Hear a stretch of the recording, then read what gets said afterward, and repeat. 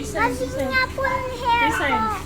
Pupunta nga kami ng Dasol in today's video mga sis. Kaya tara, samahan mo ako and spend another day with me as 27-year-old public school teacher, small metal shop owner, wife, and a mom. And back with another mini vlog. Guys, papunta po kami sa Pogo ngayon. May nakangangalam po guys.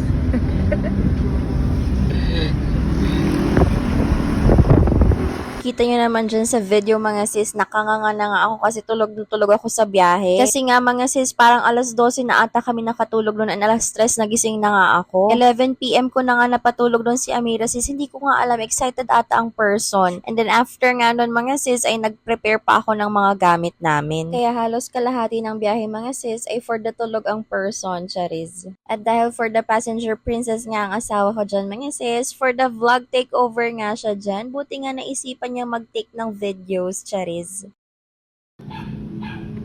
Tambobong Beach. 18 kilometers. Mga sis, first time ko nga lang pumunta dito sa Tambobong Beach sa Dasol. Hindi ko nga ina-expect na ganun ang dadaanan namin mga sis. Breathtaking views nga mga sister, pero nakakatakot ang daan. Matarik at paikot-ikot nga yung daan. Sabi nga ng asawa ko dito sa tabi mga sis, mahirap nga daw ma-fall. Ma-fall sa iba, Charis. O diba ang corny, char. Sa part nga na ito mga sis, may sinasabi yung asawa ko, pakinggan nyo na lang. Tayo dun sa may bayad na environmental fee. Sawa, para maano mo yung mga viewers mo. O diba naisip niya pa yun? Hindi ko na nga naisip mag-take ng videos dun mga sis kasi parang kagigising ko nga lang ng mga oras na yun. Pero sa pagkakaalala ko mga sis, ang environmental fee na binayad namin ay 30 pesos per head sa mga adult and libre nga lang sa mga bata. Oo mga sis, sa part na yan nakalagpas na nga kami ng environmental fee na pagbabayaran. Akala ko nga malapit na yung beach mga sis pero ang layo-layo pa pala dyan. Tapos tignan nyo tong mga daan sis. Sikip ng daan, no?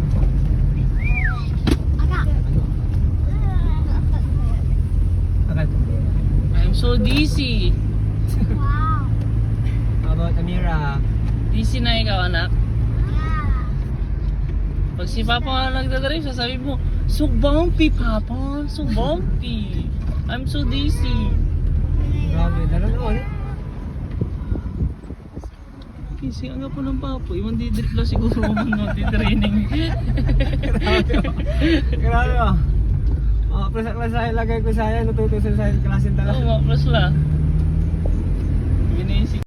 Kung hindi nyo nga naiintindihan yung Pangasinan na dialect mga sis, ang pinag-uusapan nga lang nila dyan ay nakakahilo nga daw yung daan, tapos mabilis na nga daw sa lagay na yun kasi nga sobrang kipot ng daan na matarik, na paikot-ikot nga, yun lang yun mga sis. So dito na part mga sis, akala ko nakarating na kami sa destination namin, pero mali pala kami ng napasukan. Kaya kinakailangan namin umalis dyan mga sis, char. Tinignan ko nga dun sa time dun sa mga clips ko mga sis, parang 1 oras nga ang binyahe pa namin mula doon sa may environmental fee na pinagbayaran namin. O diba, sobrang layo mga mi. So nung nakarating na nga kami mga sis, aba syempre for the excited ang bebe shark ko. Hindi nga ako nakapag-take ng videos mga sis doon sa cottage na pinagrenta namin. Pero yung name ng beachfront na yun is Lewes Beachfront. Doon kami nag-rent ng cottage mga sis. So for 800 pesos mga sis ay yung cottage na ngayon and additional 200 pesos para sa kayak na